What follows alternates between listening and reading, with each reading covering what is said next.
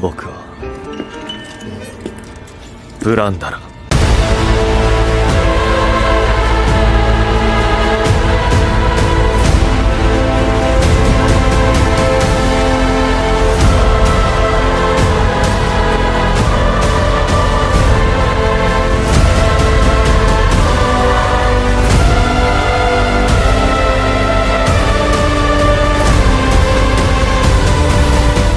In chapter 25 of the Plunderer manga, the Flash Baron Licht Bach moves so fast that, from his perspective, countless rounds fired from automatic rifles appear to be frozen in time. This was due to undergoing surgery that enhanced his speed to superhuman levels, causing everyone else to become as slow as snails relative to himself. Licht would casually push these fired rounds out of the way, calling them immensely slow. Now, the question I have today is, how fast would Licht need to be moving in order to produce this effect? The way I'll calculate this is to suppose that, from Licht's perspective, his speed hasn't changed. What I mean is that, rather than perceiving himself as moving immensely fast, everyone else has just slowed down to basically a halt as suggested by these pages. Since even bullets are slow to a halt, this would mean finding out the speed of the bullets and the distance they traveled in order to devise a time frame. We can then estimate what distance Licht could traverse within that time frame to solve for his speed. So let's begin. First things first, how fast are these bullets moving? This is quite a simple question to answer. Using this panel right here, we can see that the guns used by these individuals very closely resemble the M16 rifle. More specifically, it resembles the M16A2 rifle. According to this source,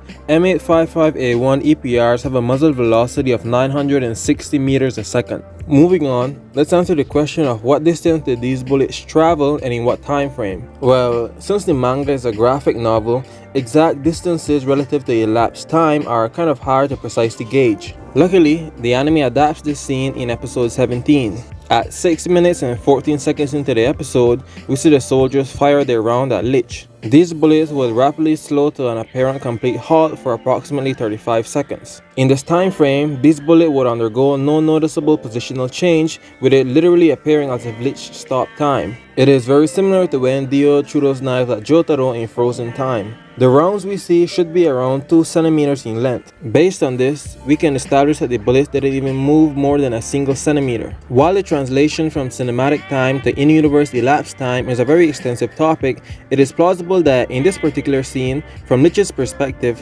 35 seconds really did elapse. If this is the case, then if I were to say that the bullets moved 1 centimeter in that time frame, they would be moving at 0.4 millimeters a second.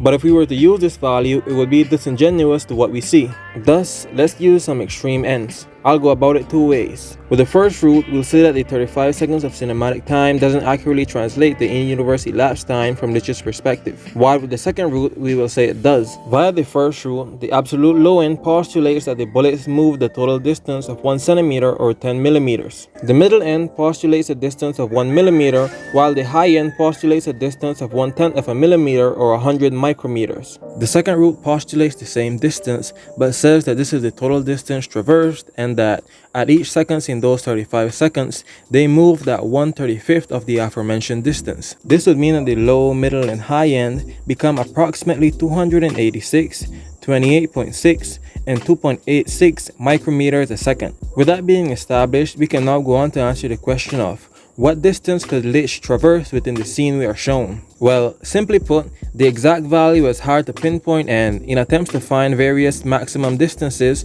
I could vastly elongate this video. In order to avoid that, all I'll say is that it would be reasonable to assert that Licht could, at the very least, throw various punches and kicks alongside shifting his entire body several times. Thus, it would be reasonable to set 3 ends that Licht could have moved. According to this study, even on the lowest end, the average woman could punch at 4.4 meters a second, with some punches by males exceeding even 11 meters a second. For the lowest end, we can say that, at bare minimum, Licht could have moved 1 meter before any of these bullets traversed the aforementioned distances. On the middle and high end, he could have moved 5 to 10 meters respectively. 1 meter is 100 centimeters, 1,000 millimeters, and 1,000,000 micrometers. This means that, via the first route on the low end, Licht would be 100, 500, or 1,000 times faster than those bullets. Since these bullets are moving at 960 meters a second, he'd be moving at 96, 480, or 960 kilometers a second,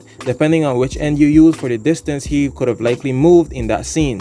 Now we just have to do this for all the previously mentioned variants. For the middle and high end of the first route, the values are 10 and 100 times greater than the aforementioned ones. This means it becomes 960, 4,800 or 9,600 kilometers a second for the middle end, and 9,600, 48,000 or 96,000 kilometers a second for the high end. The second route's values are 35 times greater than that of the first. Thus, on the low end, the speed becomes 3,360, 16,800 or 33,600 kilometers a second. On the middle end, it becomes 33,600, 168,000 or 236,000 kilometers a second. And on the high end, it becomes 336,000, 1,680,000 or 3,360,000 kilometers a second. Now, these speeds are clearly extremely fast,